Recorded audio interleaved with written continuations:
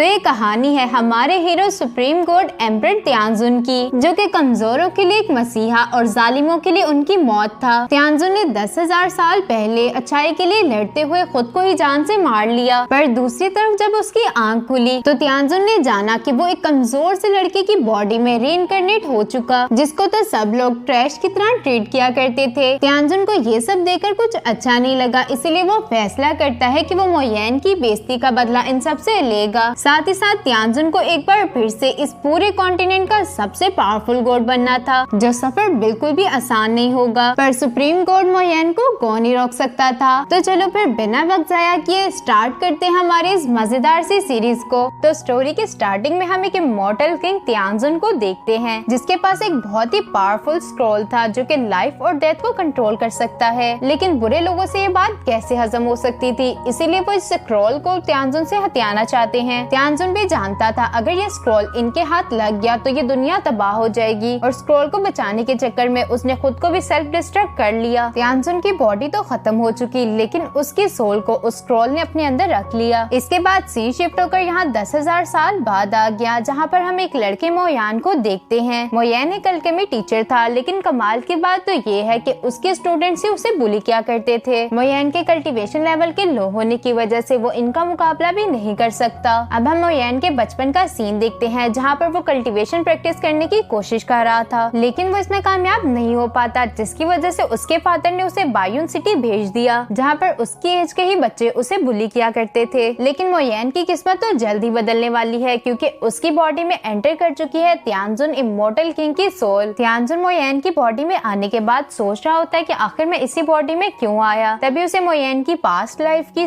सारी मेमोरीज दिखने लग गई, जिन्हें देखने के बाद त्यानजुन को मालूम हो चुका कि मोयान के साथ लोगों ने कितना बुरा सलूक किया है, जिस वजह से वो मोयान से कह रहा था कि आइंदा के बाद कोई भी तुम्हें परेशान नहीं कर पाएगा। मोयान को यूं बड़बड़ाता हुआ उसी ही क्लास के एक बच्चे ने भी देख लिया, जो कि मोयान से कहने लगा, टीचर आप किससे बात कर रहे थे, क्या आपका दिमाग डैमेज हो चुका है? उसकी ये बात सुनकर क्लास में मौजूद सब बच्चों ने तो हंसना शुरू कर दिया। उन्हें यूं हंसता देख मोयान को तो गुस्सा आ गया, और वो गुस्से से कहता है कि तुम सब चुप हो जाओ, मुझे ये बताओ कि ये कौन सा साल चल रहा है, क्या तुम लोगों को किसी त्यानजुन के बारे में मालूम है? जिस पर तो वही बदतमीज लड़का जवाब देते हुए कहता है, सर वो तो एक लेजेंड था जो कि 10,000 साल पहले ही मारा जा चुका। जो सुनकर तो मोयान भी हैरान था। वो कहता है कि 10,000 साल गुजर चुके, मेरे लिए तो सिर्फ ये आंख झपकने के बराबर था। मोयान अभी ये सब सोच ही रहा था कि अचानक से दो बच्चों ने लड़ना शुरू कर दिया, जो कि एक दूसरे पर स्क्रॉल्स को फेंक रहे थे, लेकिन मोयान ने तो वक्त रहते ही उसे डॉज कर लिया। अब वो उनसे कहता है कि तुम लोगों को क्या लगा था कि तुम मुझे बुली कर सकते हो? लेकिन जैसे ही त्यानजुन ने मोयान की बॉडी की स्ट्रेंथ चेक की तो वो कहता है कि इतनी वीक बॉडी, इसी वजह से तो सब लोग इसे बुली करते हैं। अभी के लिए वो इन बच्चों को कुछ नहीं कह सकता था, जिसकी वजह से वो कहता है हम पढ़ना स्टार्ट करते हैं। तभी उसी क्लास की एक स्टूडेंट शानू से सवाल करते हुए कहने लगी, सर कल हमें समझ नहीं आया था कि आखिर सिर्फ हम डेड ग्रास को ही क्यों यूज कर सकते हैं। मोयान उसका ये सवाल सुनकर अपने मन में सोचने लग गया, एल्केमी ये तो मैं इजीली पढ़ा लूंगा। इसके बाद उसने शानयू का जवाब बहुत ही आसानी के साथ दे दिया। जवाब देने के बाद वो शानयू से सवाल करते हुए कहता है, ब्यूटीफुल गर्ल क्या मैंने सही कहा? मोयान की ये बात सुनकर शानयू को तो गुस्सा ही आ गया। उसे लग रहा था कि मोयान जैसे डम को इसका जवाब कैसे ही आ सकेगा, और मैं उसकी बेइज्जती कर दूंगी। लेकिन यहाँ पर तो सभी उल्टा हो चुका, क्योंकि उसे थोड़ी मालूम था कि मोयान की बॉडी में अब एक इमॉर्टल किंग आ चुका, और वो गुस्से से अपनी जगह पर बैठते हुए कहने लगी कि इस बात का जो जवाब मैं खुद भी दे सकती थी। स्पिरिचुअल लार्ड और ऑस्मेंटस रूट्स के दरमियान कॉम्बिनेशन बनाने के लिए डेड ग्रास सबसे परफेक्ट होता है। ये तो इतना आसान सवाल था कि इसका जवाब तो कोई भी दे लेगा। मैं इनसे अब जुलेंडाइन के बारे में सवाल करूंगी, इसके बारे में तो 2 स्टार अल्केमिस्ट को भी नहीं पता होता। सर मोयान तो बहुत ही दूर है, उन्हें कहाँ ही पता होगा। ये सब सोचने के बाद शानयू तो काफी खुश हो गई। वो कहती है कि अब मजा आएगा। ये कहने के बाद वो मोयान के पास चली गई और उससे सवाल करते हुए कहने लगी कि क्या आपको जुलेंडाइन के बारे में मालूम है? जिस पर तो मोयान उल्टा उसी की बेइज्जती करते हुए कहने लगा, क्या ये एक अल्केमिस्ट से पूछे जाने वाला सबसे बेसिक क्वेश्चन नहीं? मोयान की ये बात सुनकर वहाँ मौजूद लोग आपस में बातें करते हुए कहने लगे, हमारी सिटी में तो सिर्फ 1-2 लोग ही ऐसे हैं जो कि जुलेंडाइन पिल को अच्छे तरीके से बना सकते हैं। शानयू उन सबकी बातों को इग्नोर करते हुए अपने सवाल को आगे बढ़ाकर कहने लगी, जुलेंडाइन को बनाने के लिए गेनोडर्मा, आयरन रीफ, लो लेवल का ब्लू वुल्फ और साथ ही साथ कुछ मेडिकल हर्ब्स चाहिए होती हैं। इन सब चीजों की मदद की वजह से जुलेंडाइन अच्छे तरीके से बन जाएगा। लेकिन मैं आपसे ये पूछना चाहती हूँ कि आखिर हमें इसमें ब्लू वुल्फ की जरूरत क्यों होती है? उसकी बात सुनकर मोयान को तो गुस्सा गुस्सा आ गया। वो गुस्से से कहने लगा कि आखिर ये सब तुम्हें किस बेवकूफ टीचर ने सिखाया। हम लो लेवल ब्लू वुल्फ की जगह 3 मेडिकल हर्ब्स को भी इस्तेमाल कर सकते हैं। मोयन इससे पहले कि अपनी बात को आगे बढ़ा पाता, वही बदतमीज लड़का उसे टोकते हुए कहता है, इससे तो हमारी पेड़ खराब हो जाएगी। उसके बाद से मोयन तो दोबारा से भड़क गया। वो उसे कहने लगा, पागल इंसान, आखिर ये सब तुमसे किसने कहा। लेकिन वो बदतमीज लड़का भी कहीं पीछे रहने वाला था। वो भी मोयन को जवाब देते हुए कहता है, इस रेसिपी को फर्स्ट जनरेशन ने बनाया था और सालों से यही रेसिपी चलती आ रही है, तो आप इसे बदल नहीं सकते। शान्यू को तो यहाँ पर समझ आ चुका था कि मोयन ने बिल्कुल सही कहा है, क्योंकि सेम यही एक्सप्लेनेशन उसके ग्रैंडपा ने उसे दी थी। अब वो मोयन से दोबारा से सवाल करते हुए कहती है कि क्या आप मुझे इस बारे में मजीद बता सकते हैं। जो लिंडेन को बनाने के लिए हम वैसे विंड वुल्फ का भी इस्तेमाल कर सकते हैं। जो सुनते साथ ही वो बदतमीज लड़का दोबारा से खड़े होते हुए कहने लगा, विंड वुल्फ जो कि सबसे लोवेस्ट ग्रेड का मॉन्स्टर है, उसे हम 3rd ग्रेड की पिल बनाने के लिए कैसे इस्तेमाल कर सकते हैं। लगता है सर नशे में है, जिसकी वजह से उन्हें समझ ही नहीं लग रहा कि वो क्या कह रहे हैं। उसकी बात सुनते साथ ही सारे बच्चों ने तो हंसना शुरू कर दिया। शान्यू भी अपनी सीट पर वापस जाकर बैठ जाती है, क्योंकि उसे मालूम हो चुका कि ये लोग आज उसे कोई सवाल नहीं करने देने वाले। तभी वहाँ पर इसी स्कूल का प्रिंसिपल किसी बंदे के साथ आ गया। वो बंदा मोयन से सवाल करते हुए कहता है कि हम आखिर किस तरह ब्लू वुल्फ को विंड वुल्फ के साथ एक्सचेंज कर सकते हैं, और साथ ही साथ मुझे ये बताओ कि हम इस पिल की स्ट्रेंथ को कैसे इंक्रीज कर सकते हैं। मोयन भी अब उसे सीधे तरीके से कहीं जवाब देने वाला था। वो उससे कहता है कि क्या तुम्हें इस उम्र में बेसिक एल्केमी भी नहीं आती। मोयन के मुंह से ये सारी बातें सुनने के बाद प्रिंसिपल आगे की तरफ आते हुए कहने लगा, मोयन इतनी रूडली इनसे बात मत करो, क्या तुम्हें पता भी है कि ये कौन है। इससे पहले कि प्रिंसिपल उस ओल्ड मैन के बारे में बता पाता, उस ओल्ड मैन ने प्रिंसिपल को वहीं पर रोक दिया। मोयन भी अब ओल्ड मैन के कपड़ों की तरफ देखते हुए कहता है कि ये कोई ऑर्डिनरी पर्सन तो नहीं लग रहा, शायद ये कोई फेमस बंदा होगा जिसकी वजह से प्रिंसिपल इसके आगे पीछे घूम रहा है। मोयन ने भी अब उसकी बात का जवाब दे ही दिया। वो उससे कहने लगा, हम लोग विंड वुल्फ के साथ पर्पल जेट को इस्तेमाल करेंगे। जो सुनते साथ ही वो ओल्ड मैन कहता है कि हाँ, हम ऐसा तो कर सकते हैं, क्योंकि पर्पल जेट के पास तो बहुत ज्यादा स्पिरिचुअल एनर्जी होती है, जबकि विंड वुल्फ के पास बिल्कुल भी नहीं। तो ये दोनों एक दूसरे को बैलेंस करेंगे। इससे तो हमारी पिल की क्वालिटी भी इंक्रीज हो जाएगी। तुम तो काफी ज्यादा अक्लमंद हो। ये सब कहने के बाद वो ओल्ड मैन अपना नाम बताता है। उसका नाम था मूवेन। मूवेन का नाम सुनते ही क्लास में मौजूद सब बच्चे तो हैरान हो गए, क्योंकि मूवेन तो इस सिटी का सबसे अच्छा एल्केमिस्ट था। प्रिंसिपल भी यहाँ पर मोयन को देखते हुए अपने मन में सोच रहे थे, ये पहले तो बिल्कुल भी ऐसा नहीं था, आज पता नहीं इसे क्या हो गया, क्योंकि ये तो 2 सिमिलर ग्लास के दरमियान फर्क भी नहीं कर सकता था, और आज देखो ये उसी की रिप्लेसमेंट बता रहा है। अगर इसके पास इतनी ही नॉलेज थी तो इसने पहले मुझसे ये सब क्यों छुपाया। क्लास में मौजूद स्टूडेंट्स ने भी आपस में बात करनी शुरू कर दी थी। अल्केमिस्ट मूवेन की रिस्पेक्ट तो रॉयल फैमिली भी करती है, और पूरे एम्पायर में सिर्फ ये इकलौते ही 8 स्टार एल्केमिस्ट हैं। अब मूवेन मोयन से कहता है कि मैं आपसे एक और सवाल करना चाहता हूँ, जिस पर तो मोयन ने भी उसे इजाजत दे दी। अब वो सवाल करते हुए मोयन से कहने लगा कि हम ब्लड बिल की पावर को किस तरह इंक्रीज कर सकते हैं, जिसका जवाब तो मोयन ने चंद ही सेकंड्स में दे दिया। वो उससे कहता है कि ब्लड ग्रास रूट्स को यूज करके। मोयन की ये बात सुनकर ओल्ड मैन तो हैरान ही रह गया। वो उससे कहता है कि आप जैसा महान अल्केमिस्ट इतनी छोटी सी एकेडमी में क्या कर रहे हैं। मैं आपसे बैठकर बात करना चाहता हूँ, क्योंकि मुझे कुछ और सवालों के भी जवाब चाहिए। लेकिन मोयन के तो घर जाने का टाइम हो चुका। वो उसे मना करते हुए कहता है कि आप मुझे माफ करें, मेरी क्लास खत्म हो चुकी है, अब मैं घर जा रहा हूँ। जिससे प्रिंसिपल को तो बहुत गुस्सा आ गया। वो मोयन से कहने लगे, मिस्टर वैन कभी कभार ही किसी से सवाल करते हैं, तुम्हें यही रुककर उनका जवाब देना चाहिए। वो ये सब अभी कह ही रहा था कि मिस्टर वैन ने उसकी तरफ देखा, जिसकी वजह से तो प्रिंसिपल को भी चुप करना पड़ा। मिस्टर वैन अब मोयन से रिक्वेस्ट करते हुए कहने लगे, क्या मैं आपके साथ चल सकता हूँ, जिसके लिए तो मोयन भी एग्री हो गया। प्रिंसिपल तो पीछे की तरफ खड़ा अपने मन में कह रहा था, मोयन अगर तुमने आज मिस्टर वैन को गुस्सा दिलाया तो मैं तुम्हें इसकी पनिशमेंट जरूर दूंगा। फाइनली मोयन भी अब अपने घर पहुंच चुका था, जहाँ पर एक सर्वेंट आकर उसे बताता है कि लिविंग हॉल में एल्डर्स और आपके पेरेंट्स आपका वेट कर रहे हैं। रास्ते में त्याजुन को मोयन की पास्ट लाइफ की कुछ मेमोरीज भी याद आई, जहाँ पर चीफ ऑफ द सर्वेंट्स ने सारे सर्वेंट्स को उनके महीने की सैलरी दे दी। लेकिन जब मोयन उसे अपनी सैलरी लेने के लिए गया तो उसने ये कहते हुए मोयन को मना कर दिया कि तुम्हारी सैलरी को मैंने सेव करके रख लिया है। कि रास्ते में उसे वही चीफ ऑफ सर्वेंट मिल गया जिसने मोयन को रोक लिया। मोयन अब उसे कहता है कि आखिर तुम्हें क्या मसला है, जिस पर वो मोयन से कहता है कि तुम्हें क्या हो गया, तुम्हें तो मुझसे पूछना चाहिए था कि तुम्हारा क्या हाल चाल है, क्या वो सब तुम भूल चुके जो कि मैंने तुम्हें सिखाया था। फैमिली के एल्डर्स आज इकट्ठा हुए हैं ताकि तुम्हारी शादी की डेट फिक्स की जा सके, तुम्हें बस अंदर जाकर हाँ बोलना है। तुम्हें तो खुश होना चाहिए कि तुम्हारे जैसे कचरे को कोई लड़की दे रहा है। अब यहाँ खड़े होके मेरा मुंह क्या देख रहे हो, जाओ जल्दी अंदर। उसकी सारी बातें सुनने के बाद मिस्टर वैन कहने लग गए, आखिर एक सर्वेंट अपने मास्टर की बेइज्जती कैसे कर सकता है, ये तो बहुत ज्यादा हो गया। मोयन भी अब पहले की तरह थोड़ी था जो कि उसकी सारी बातें सुनकर आगे की तरफ चला जाए। उल्टा मोयन ने तो उसके पास जाते हुए एक जोरदार झापड़ उसके मुंह पर लगा दिया, जिससे तो वो चीफ ऑफ सर्वेंट चीख उठा कि आखिर तुम्हारी हिम्मत भी कैसे हुई मुझे मारने की। मोयन ने तो उसकी बात का कोई भी जवाब ना देते हुए उल्टा एक और जोरदार मुक्का उसके मुंह पर जड़ दिया, जिसकी वजह से तो वो दूर जाकर गिर गया। उस चीफ ऑफ सर्वेंट को भी कुछ समझ नहीं आ रही थी कि आखिर मोयन को क्या हो चुका। पहले तो ऐसा उसने कभी कुछ नहीं किया। मोयन अब उसके पास आते हुए उसे कहता है, याद रखो कि तुम मेरे सर्वेंट हो और मैं तुम्हारा मास्टर। अगर तुमने फ्यूचर में मुझे गुस्सा दिलाने की कोशिश की तो मैं तुम्हें जान से मार दूंगा। ये कहते साथ ही मोयन यहाँ से जाने लगा। अब वो अपने हाथों को देखते हुए कहता है कि जितना मैंने सोचा था इसकी फिजिकल बॉडी तो उससे भी ज्यादा वीक है। सबसे पहले तो मुझे इस पर काम करना होगा। प्रिंसिपल भी अब मिस्टर वैन को बता रहे थे कि आज से पहले मोयन ने ऐसा कुछ नहीं किया। हमेशा से ही लोग इसे बुली करते आए हैं, लेकिन आज तो बिल्कुल मोयन बदल ही गया।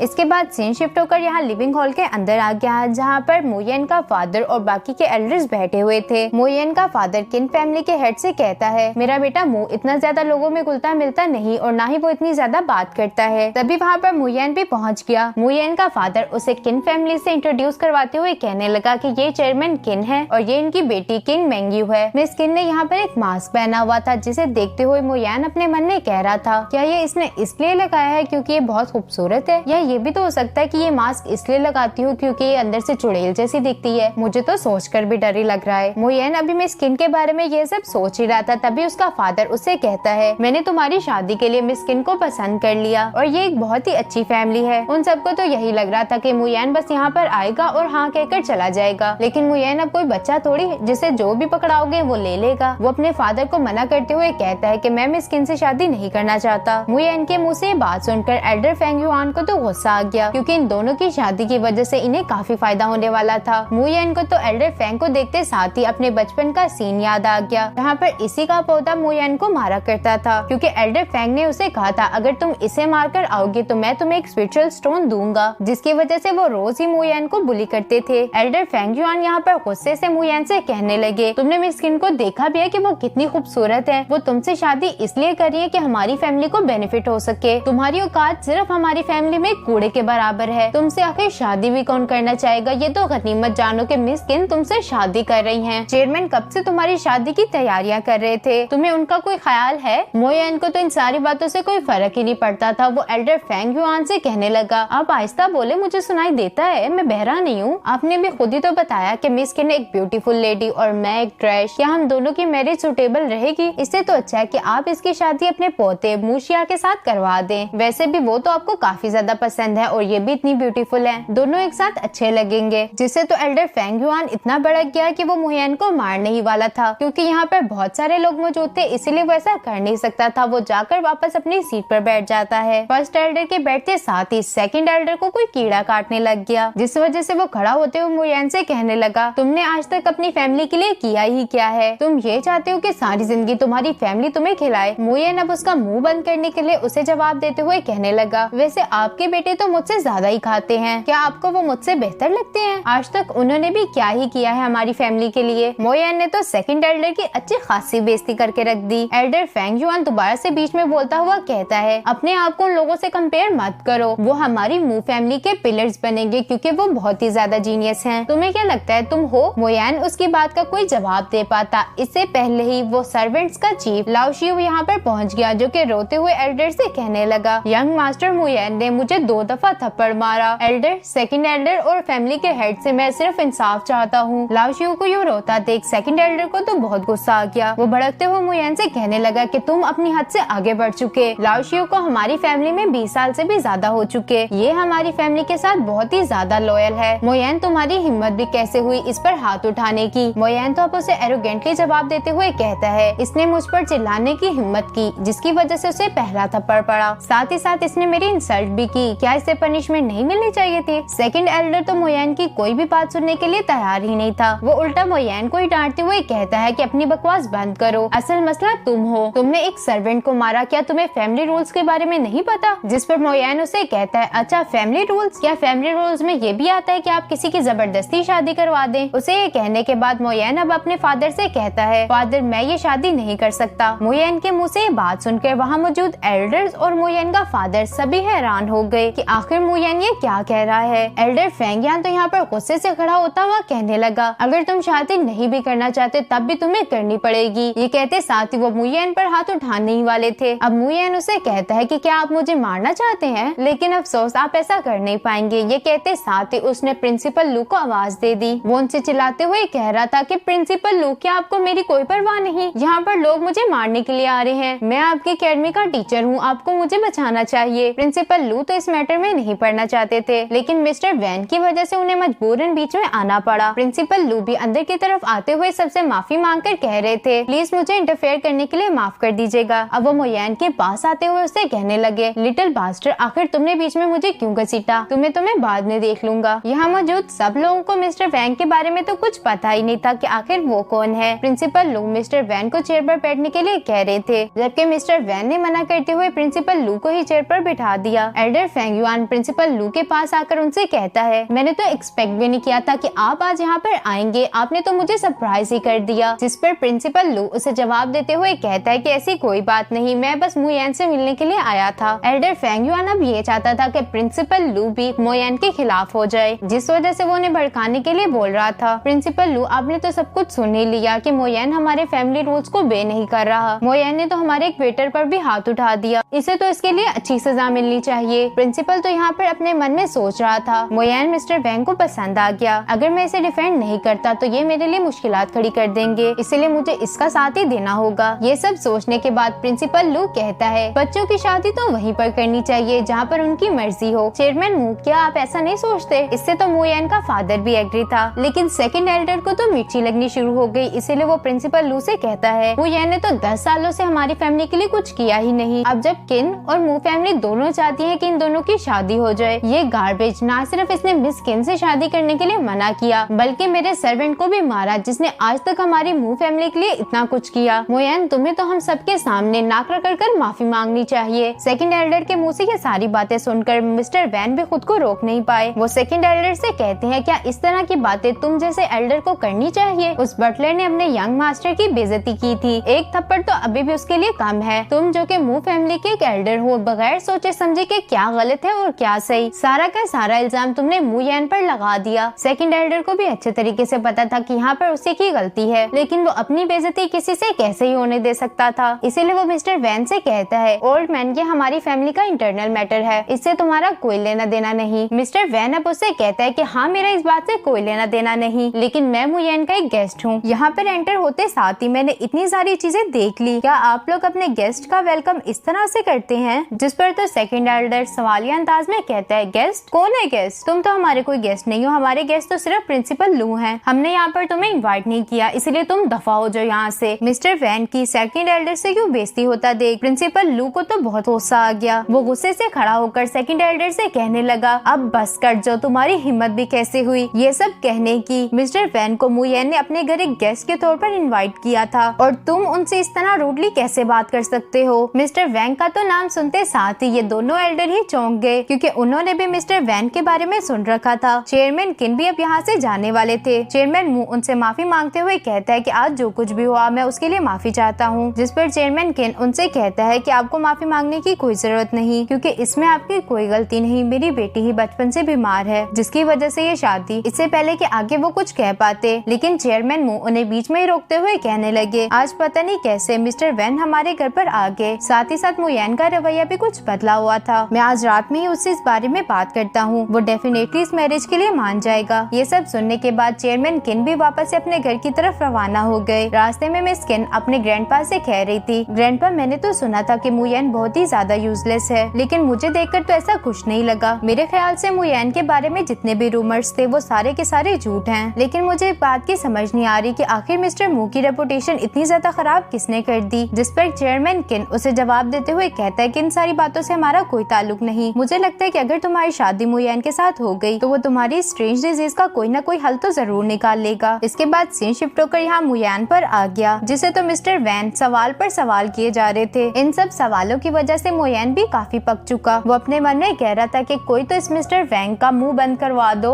सुबह से अब शाम हो गई थी, जिसकी वजह से मिस्टर वैन को मजबूरन यहाँ से जाना पड़ा। मुयेन भी कमरे में बैठा उसी दिन को याद कर रहा था जब उसकी मौत हुई, जिसे याद करने पर मोयन को पता चल गया कि उन इवल लोगों के साथ इल्यूजनरी किंग भी था। उसे देखने के बाद मोयन ने तो कसम खा ली वो उसे मार कर ही रहेगा। शायद गॉड ने मुझे इसी वजह से दूसरी जिंदगी दी ताकि मैं उनसे अपना बदला ले सकूं। मोयन अभी यहाँ पर ये सब सोच ही रहा था कि तभी वहाँ पर उसका फादर आ गया, जो कि आते साथ ही मोयन से कहता है, कई सालों से मैं इस बात पर शर्मिंदा था कि तुम मेरे बेटे हो। मुझे लगा था कि तुम मिस किन के साथ शादी करने के लिए एग्री हो जाओगे। मोयन अब उनसे सवाल करते हुए कहता है कि फादर आखिर आप ऐसा क्यों चाहते थे, जिस पर तो चेयरमैन मू ने भी अब बताना शुरू कर दिया कि 4 बड़ी फैमिलीज बायून सिटी को सिर्फ और सिर्फ एक सोर्स की तरह इस्तेमाल करती हैं। अब तो रॉयल और डायो फैमिली दोनों मिलकर हमारी फैमिलीज को प्रेशराइज कर रहे हैं, और तुम भी इस बात को अच्छे तरीके से जानते हो कि हमारी फैमिली के एल्डर्स कितने ज्यादा एरोगेंट हैं। मू फैमिली और किन फैमिली एक साथ काम इसलिए करना चाहती है ताकि हम इनके प्रेशर को कम कर सके। मैं तुमसे वादा करता हूँ अगर तुम्हें मिस किन पसंद नहीं आई तो तुम उसी वक्त मैरिज को कैंसिल कर देना। जिसके लिए तो मोयन भी अब मान चुका। वो अपने फादर से कहता है, लेकिन मेरी एक कंडीशन है। चेयरमैन मू अब उसे सवाल करते हुए कहते हैं कि आखिर तुम्हारी क्या कंडीशन है। तुम्हारी जो भी कंडीशन होगी वो मैं खुशी खुशी मान लूंगा। इसके बाद मोयन ने बहुत सारी हर्ब्स का नाम लेना शुरू कर दिया। अब वो अपने फादर से कहता है कि मुझे आज ही ये सारी चाहिए। उसके फादर को तो समझ ही नहीं आ रहा था कि आखिर उसके बेटे को एक ही रात में क्या हो गया, इसीलिए वो गौर से मोयन को देखना शुरू कर देता है। मोयन को लगा कि शायद उसने कोई ऐसी जड़ी बूटी का नाम ले दिया जो कि यहाँ नहीं मिलती, जिस वजह से वो अपने फादर से सवाल करते हुए कहता है, क्या इन्हें ढूंढना काफी मुश्किल है। जिस पर चेयरमैन मू तो उसे जवाब देते हुए कहता है, नहीं नहीं ऐसी कोई बात नहीं, तुम्हें सब मिल जाएगा। हमारी मू फैमिली में वैसे भी मेडिकल इंग्रेडिएंट्स की कोई कमी नहीं, मैं तुम्हें अभी भिजवाता हूँ। उनके जाने के बाद मोयन अपने मन में कह रहा था, एक दफा मेरी स्ट्रेंथ वापस आ जाए, इन फैमिलीज को तो मैं बताऊंगा। मोयन को वो सारी जड़ी बूटियाँ मिल चुकी, जिसके बाद वो फर्नेस की मदद से उन्हें रिफाइन करना शुरू कर देता है। लगातार मेहनत करने के बाद मोयन ने अब फाइनली उस पिल को बना लिया। इस पिल की मदद से वो इस बॉडी की स्ट्रेंथ को ज्यादा करना चाहता था। मोयन ने अब एक पिल खा ली, लेकिन उस पिल से तो कोई फर्क नहीं पड़ा। ये देखते हुए मोयन अपने मन में कह रहा था कि ये बॉडी कितनी वीक है, जिसकी वजह से उसने एक और पिल खा ली, जिसे मोयन की बॉडी पर थोड़ा थोड़ा इफेक्ट होना शुरू हो गया और वो कल्टीवेशन प्रैक्टिस करने के लिए वही बैठ जाता है,